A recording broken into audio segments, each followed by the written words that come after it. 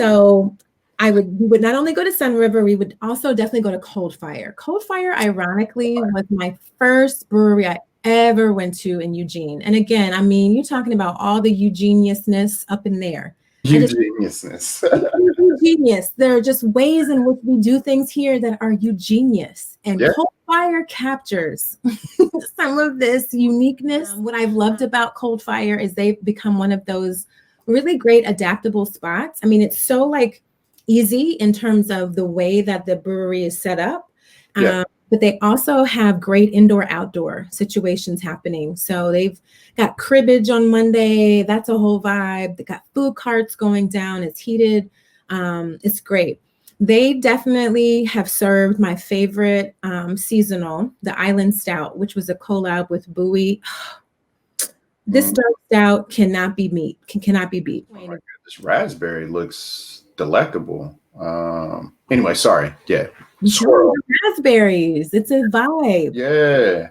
To your point, I think I was outside to like that inside outside vibe that you were talking about. They do a good job both. But I think I got mine and then I went immediately outside because I was up there during it was pretty warm out. It was like a nice. Oh yeah, you were outside. Yeah, I think I may have been up there like in September or October maybe. It was just nice. It was really nice. There is just beautiful up there too. Yes, and this is one of the spots too that they've got sometimes good live music, and they also have, you know, to the point of great local food trucks. Yeah, so Abe's is there now. Yardy, delicious. That's like the trifecta now with local craft beer spots. It's like the beer, you got the food trucks, and you got live music, and you're just like, man, you fall into like this just wonderful. I mean, just cozy atmosphere. And you're just like, I never want to leave here.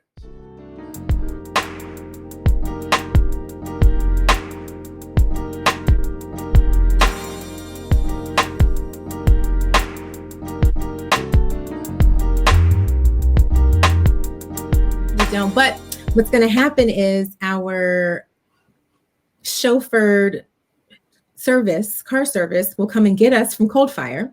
And then we're going to leave Cold Fire and we're going to go to McKinsey Brewing. Okay. We have a partnership with Steelhead in town. So Steelhead serves up a lot of McKinsey Brewing beers, for which right now their Break Action Porter. Yeah.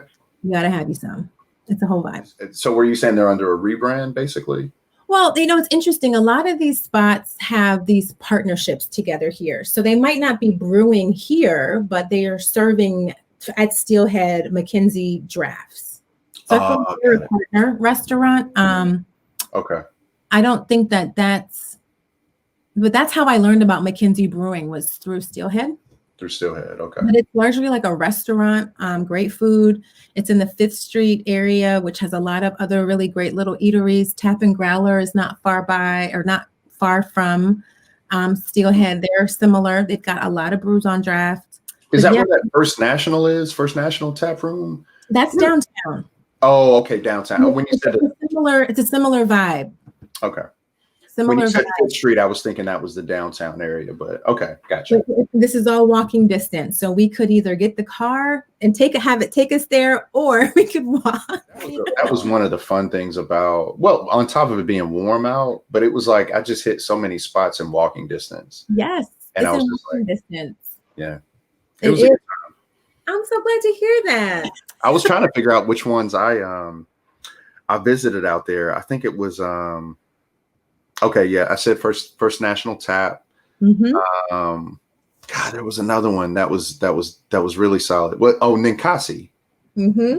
Ninkasi was out there. You know, they had like a nice inside-outside area. They do, and they have a newer spot now. They've redone it, so it's even nicer. It's interesting. I would say Ninkasi is a big brew. So is like Hop Valley. Those are favorites, but they're also kind of I don't want to call them Anheuser-Busch's. That is not what I'm getting at. Like they're a little more commonplace. Ninkasi sounds like the Cigar City. Cigar City has a High Ally IPA. I don't know if you've ever had that. But they cast a big net now. They started out very, I guess, adventurous, and they kind of shifted more into the mainstream space. They pioneered the space, But since the brand got so big, they started kind of, I don't know, and they're totally fine. I mean, they've got a place in the craft beer space, but I think that's what it sounds like Ninkasi is. So no, that's good to know. I would be less surprised to see Ninkasi Hop Valley at like a on the East Coast than I would be like seeing Sun River, or like you're saying. I think that the brands are just in different places. Yeah, for sure. And but yeah, very beautiful. But I mean, in Hop Valley too, they've got several locations, and same thing too. Ninkasi is like, top I hit Hop Valley too. That was one of the other ones. Top tier. I would take us to Corvallis, which is Oregon State territory, but home of my favorite Block 15. Oh, they're tremendous. They've got some great IPAs. Sticky Hands is a fave, but since we're sticking with our winter theme here, my favorite Block 15 is their Love Potion number 9. It's that whole special release time, right? We know we're getting down to the last cans. So I feel very grateful for Block 15. They have held me down. So I love spaces too, where even if it's not your spot, they still are very welcoming and just inviting. And that was this spot. And they have some great brews up in here. So Sticky Hands is an IPA, but one of my favorite IPAs. And this Love Potion number 9 is like award winning, should be. Right. But it's a 7% chocolate and raspberry stout. Oh, you said 17? No, 7. 7. Man, I feel like when it gets over like 12, 13, I'm like, whoa, what are y'all putting in this? This is straight. This is like straight liquor. You know what I mean? Everyone has that one family member that simply makes you feel good. For Amarian and Heather Lee, it was their Aunt Deborah. To celebrate her, the Lees created Aunt Deborah's favorites.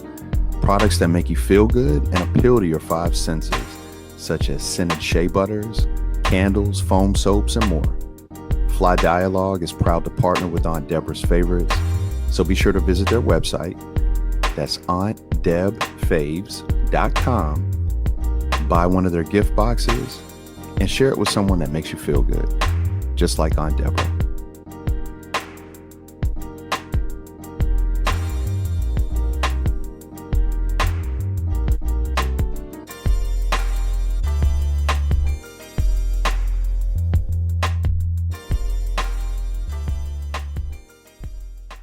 Too, I appreciated though their selection in Ale Song, and this actually would be not far from that Steelhead spot that I was mentioning, but it's just a different way. I mean, the way I literally have just been put on, so I would be happy to add this to the list of places to go.